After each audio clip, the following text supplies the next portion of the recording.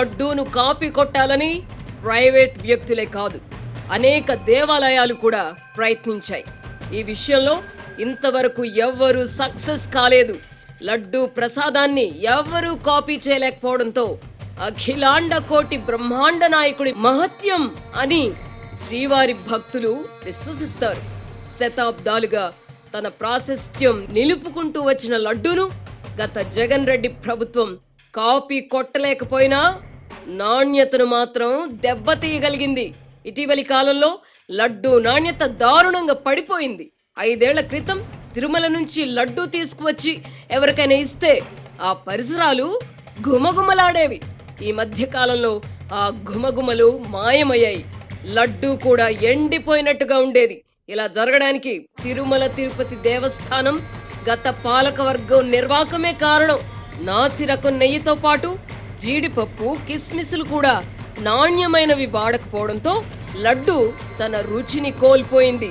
ఇప్పుడు లడ్డూ తయారీకి వాడిన నెయ్యిలో కల్తీ జరిగిందని తేలింది.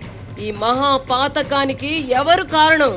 జగన్మోహన్ రెడ్డి ప్రభుత్వం అమల్లోకి తెచ్చిన దిక్కుమాలిన రివర్స్ టెండరింగ్ విధానమే ఇందుకు కారణం. తిరుమల తిరుపతి దేవస్థానం గత పాలక మండలి ఈ రివర్స్ టెండరింగ్ విధానం అమలు వల్ల రేటు తగ్గించిన నెయ్యి సరఫరాదారులు కల్తీ నెయ్యి సరఫరా చేశారు. నాణ్యమైన ఆవు నెయ్యి బహిరంగ మార్కెట్లో కిలో 800 రూపాయల వరకు పేరొందిన కంపెనీలు విక్రయిస్తూ ఉండగా టీటీడీ పాలక మండలి మాత్రం 400 రూపాయల కంటే తక్కువకు నెయ్యి టెండర్లను ఖరారు చేసింది. ఈ తప్పుడు నిర్ణయం కారణంగానే కల్తీ నెయ్యి సరఫరా అయింది. మహాప్రసాదాన్ని కలుషితం చేసి భక్తుల మనోభావాలను దెబ్బతీశారు. ఆ దేవదేవుడికి అపచారం చేశారు. చీప్ అండ్ బెస్ట్ అన్న వాదన అర్ధరహితం. నాణ్యమైన వస్తువు ఏది తక్కువ ధరకు లభించదు. ఈ చిన్న లాజిక్ ను మిస్ అయిన టీటీడీ గత పాలక మండలి రివర్స్ టెండరింగ్ విధానం అమలు చేసి భక్తుల మనోభావాలతో ఆడుకుంది.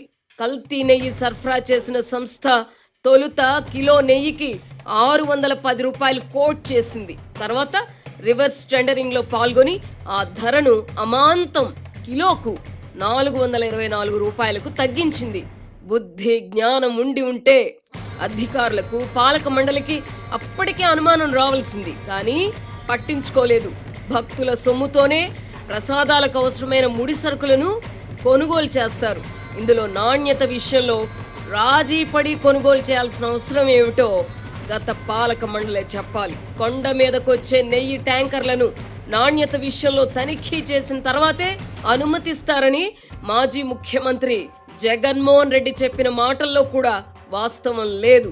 నెయ్యి కల్తీ జరిగిందా లేదా అని నిర్ధారించే ల్యాబ్లు తిరుపతిలో లేవు.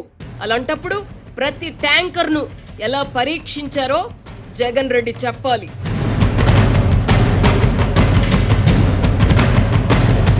వాస్తవానికి జగన్మోహన్ రెడ్డి కుటుంబానికి ఆ దేవదేవుడిపై నమ్మకం, విశ్వాసాలు లేవు. క్రైస్తవ మతాన్ని ఆచరించే వైఎస్ కుటుంబంలోని మహిళలు తిరుమల కొండకు వెళ్లి దేవదేవుడిని దర్శించుకోవడానికి కూడా ఇష్టపడరు. అయితే వెంకటేశ్వర స్వామి దర్శనం కోసం దేశవ్యాప్తంగా అనేక మంది ప్రముఖులు వస్తూ ఉంటారు. దీంతో తిరుమలను సొంత అవసరాలకు వాడుకోవడానికై జగన్ అండ్ కో బ్రహ్మాండమైన స్కెచ్ రూపొందించారు. జగన్ అధికారంలోకి రాగానే ధర్మారెడ్డిని టీటీడీ జేఈఓగా నియమించారు. తర్వాత ఆయననే ఈఓగా ప్రమోట్ చేశారు. అప్పటి నుంచి కొండపైన ధర్మారెడ్డి మాటే శాసనమైంది. జగన్ రెడ్డి సొంత పనులు చక్కబెట్టడానికై తిరుమలను వేదికగా మార్చుకున్నారు. దైవ దర్శనానికి వచ్చే ప్రముఖులకు విఐపి ఆతిథ్యం ఇచ్చి మరీ మంచి చేసుకునేవారు. ఇటు జగన్ రెడ్డికి అటు ఆ ప్రముఖులకు అనుసంధానకర్తగా ధర్మారెడ్డి వ్యవహరించేవారు. సుప్రీంకోర్టు, హైకోర్టు న్యాయమూర్తులు, కేంద్ర ఏజెన్సీల అధికారులు కొండకొచ్చినప్పుడు ధర్మారెడ్డి చేసిన హడావుడి అంతా ఇంతా కాదు. మధ్యలో ఢిల్లీ వెళ్లి ఆయా ప్రముఖులను కలుసుకుని తీర్థ ప్రసాదాలు అందజేసి ముఖ్యమంత్రి జగన్మోహన్ రెడ్డి ఇచ్చి రమ్మన్నారని చెప్పేవారు. ఈ విధంగా చేయడం ద్వారా జగన్మోహన్ రెడ్డి పట్ల ఆయా ప్రముఖులకు సాఫ్ట్ కార్నర్ ఏర్పడేలా జాగ్రత్తలు తీసుకున్నారు. ఆ మహాదేవుడిపై విశ్వాసం భక్తితో వ్యయ ప్రయాసలు కోర్చి కొండపైకి చేరుకునే భక్తులకు సౌకర్యాల కల్పనను గాలి కొదిలేసి జగన్మోహన్ రెడ్డికి ఉపయోగపడతారనుకున్న ప్రముఖుల సేవలో తరించేవారు నాటి పాలక మండలి chairman Y V Subba Reddy, EO Dharma Reddy అప్పటి ముఖ్యమంత్రి జగన్మోహన్ రెడ్డి కోసం ఆ దేవదేవుడిని ముడిసరుకుగా వాడుకున్నారు. జగన్ అధికారంలో ఉన్నంతకాలం ఢిల్లీలో వివిధ సంస్థల్లో పలుకుబడి కలిగిన 3-4 పాలక మండలి సభ్యులుగా నియమిస్తూ వచ్చారు. వీరంతా కలిసి జగన్మోహన్ రెడ్డి వ్యవహారాలను చక్కబెట్టేవారు. 2019-2024 మధ్య కాలంలో కొండపైన జరిగింది ఇదే.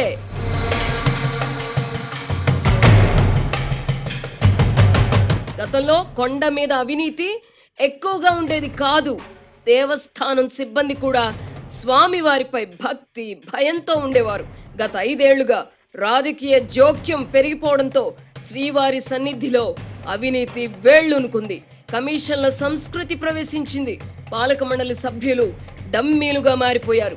అంతా వైవి సుబ్బారెడ్డి, ధర్మారెడ్డి కనుసన్నల్లోనే జరిగింది. ఈ నేపథ్యంలోనే కల్తీ నెయ్యి బాగోతం చోటు చేసుకుంది. నాణ్యమైన నెయ్యి కావాలంటే తక్కువ ధరకు ఇవ్వలేమని క్రెడిబిలిటీ ఉన్న కంపెనీలు స్పష్టం చేసినప్పుడు ఎవడో వచ్చి తక్కువకు సరఫరా చేస్తామంటే ఒప్పుకోవడంలోనే గోల్మాల్ జరిగింది. కనీస పాప భీతి కూడా లేకుండా దేవుడిపైన నమ్మకంతో భక్తులు సమకూర్చిన సొమ్ముకే కన్నం వేశారు. కమిషన్ల పర్వానికి తెరలేపారు. పవర్ బ్రోకర్లు పుట్టుకొచ్చారు. ప్రముఖులకు దేవుడిపై ఉన్న భక్తిని ఆసరాగా చేసుకుని వ్యక్తిగత పలుకుబడి పెంచుకున్నారు. మొత్తంగా తిరుమలను కలుషితం చేశారు.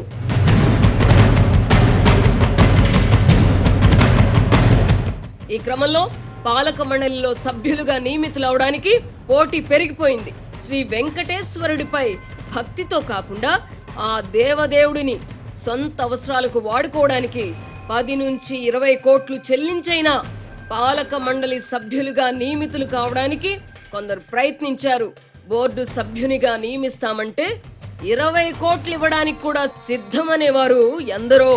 గతంలో స్వామివారిపై భక్తితో సేవ చేయడానికై బోర్డు సభ్యులుగా నియమితులు కావాలని కోరుకునేవారు. క్రమంగా టీటీడీ చైర్మన్ పదవి కూడా రాజకీయ పునరావాస కేంద్రంగా మారిపోయింది. గత 5 ఏళ్లలో పరిస్థితి మరింత వికటించింది. స్వామివారి సేవను విస్మరించి అప్పటి ముఖ్యమంత్రి సేవలో కింది నుంచి పై వరకు తరించిపోయారు. తిరుమలకున్న విశిష్టతను మంటగలిపారు. టీటీడీలో పనిచేస్తున్న సిబ్బందిలో భయం, భక్తి సన్నగిల్లింది. అవినీతి స్వైర విహారం చేసింది. దేవుడి సన్నిధిలో అవినీతికి పాల్పడడం మహాపాతకం అన్న పాప భీతి కూడా లేకుండా పోయింది. తన సమక్షంలో జరుగుతున్న అరాచకాలను చూస్తూ కూడా ఆ దేవదేవుడు ఏమీ చెయ్యలేని నిస్సహాయ స్థితిలో ఉండిపోయారు. తిరుమల కొండ సర్వ పాపాలకు వేదికగా మారిపోయినా అఖిలాండ కోటి బ్రహ్మాండ నాయకుడు ఎవ్వరిని శిక్షించకపోవడం ఏమిటి అన్న ప్రశ్న ఉత్పన్నమైంది. ఆ దేవదేవుడిని భక్తి నమ్మకంతో కాకుండా స్వార్థం కోసం వాడుకున్నారు. ఇంతకాలానికి పాపం పండింది. వినాశకాలే విపరీత బుద్ధి అన్నట్టుగా కల్తీ నెయ్యితో ప్రసాదాలు చేయించే స్థాయికి దిగజారారు. ఈ దశలో నేనున్నాను, అన్నీ చూస్తున్నాను అన్నట్టుగా ఆ దేవదేవుడే మేల్కొన్నాడు. ఆవు నెయ్యి కల్తీ జరిగిన విషయాన్ని ముఖ్యమంత్రి చంద్రబాబు చెవిన పడేట్టు చేశాడు. లడ్డూ తయారీలో కల్తీ నెయ్యి వాడిన విషయం తొలుత ప్రస్తావించినప్పుడు చంద్రబాబుకు కూడా పూర్తి వివరాలు తెలియవు.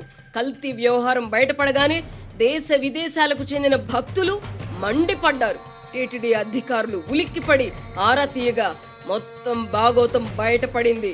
ఆవు నెయ్యిలో పంది కొవ్వు నుంచి తీసిన నూనె కలిపారని నిర్ధారణ అయింది. కేంద్ర ప్రభుత్వం కూడా ఉలిక్కిపడింది. ఇంతకాలంగా తాము జంతువుల కొవ్వుతో చేసిన నెయ్యితో తయారు చేయించిన లడ్డూలను తిన్నామా అని భక్తులు తీవ్ర మానసిక ఆవేదన చెందారు. ఈ మహాపాతకానికి పాల్పడిన వారిని కఠినాతి కఠినంగా శిక్షించాల్సిందే.